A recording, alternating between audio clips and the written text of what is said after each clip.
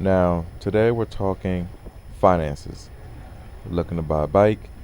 Bikes aren't cheap. You're going to have to plan and do some research to be able to make a responsible purchase. Now, I know in some places in the world, it seems like money is no big thing. However, that may not be the case for you and I. Let's get in it.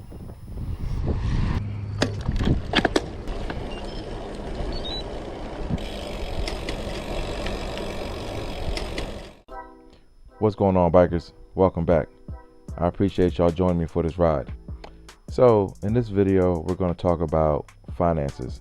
Why? Because bikes are a serious investment and cycling is highly addictive, making you want more and more. And if you're not careful, you can end up spending way more than you expected and have to explain to your spouse what ended up happening to the budget. So I want to lay out 6 things that you need to consider when making a bike purchase. So the first thing is you need to do before anything else is educate yourself. You need to understand what it is that you are paying for and how beneficial is that item to you and your needs. So if the bike is in aluminum with a Claris 8-speed group set and you're looking to compare it to a carbon bike with Tickr, if you don't understand the general differences in these two bikes, you can end up wasting money on something that doesn't even benefit your needs. For instance, if you're trying to keep up with your semi-pro friends on a group ride compared to you just want to ride up and down your driveway, understanding the product will go a long way in making a sound financial purchase. Now, the second thing I want to talk about is setting a budget. Oftentimes we see the next level up or the next upgrade, and of course the upgrade is prettier, better performing. So to ensure that you are making a responsible purchase, setting a price limit can help and not getting that feeling of upgrading to an item that will either hurt you financially or something that you may not maximize its intended use. Alright, so as we're moving along here, you have a good understanding of the item that you're looking to buy. You've set a budget of what you're willing to spend. Now here comes the interesting part.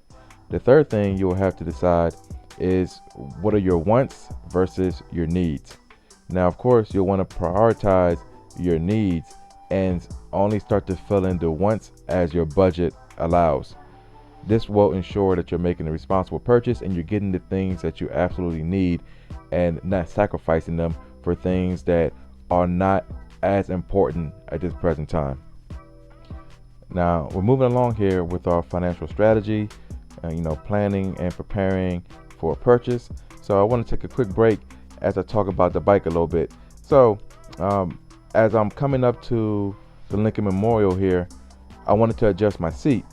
And one of the good things about the Domane is that it has that storage compartment on the down tube, which allows you to store a multi-tool in case you need to do quick fixes on the go. So here you're going to see me, I'm about to pull over and I'm going to go ahead and adjust my seat. And this is one of the benefits of the Domane, as we're sitting here talking about it, being able to have a location where you can store a multi-tool or some other items and keep the bike looking nice and clean.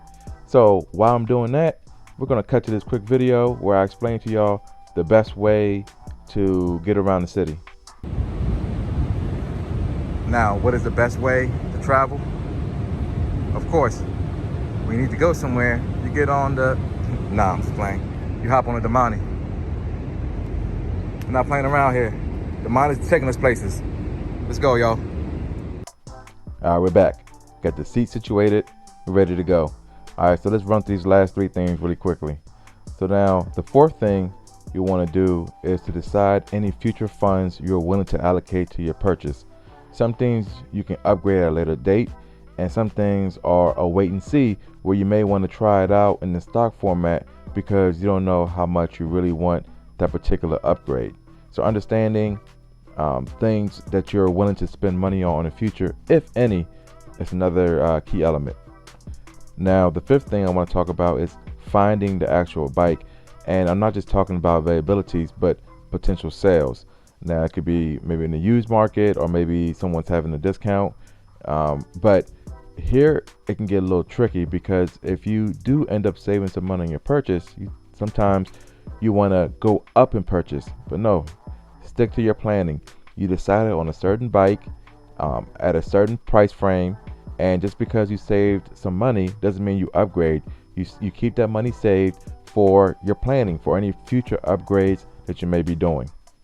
And finally, the sixth thing is to make sure that you're going to enjoy your purchase.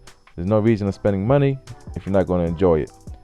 So with that being said, we're going to go ahead and wrap up this video. I hope y'all enjoyed, and as always, definitely appreciate and love all the support I get. If you haven't subscribed, go ahead and hit that subscribe button, and I'm gonna talk to y'all soon. Be safe and keep on riding. What's going on, y'all? We're back at it. Here, we're in front of the Kennedy Center, Performing Arts. You don't have to come down to DC to watch theater. Just get on your bike. It's art in motion. It's like an art form, just coming out, riding your bike. That left, right, over and over repetitive movement, uphill, downhill. It's an art form. Let's enjoy this.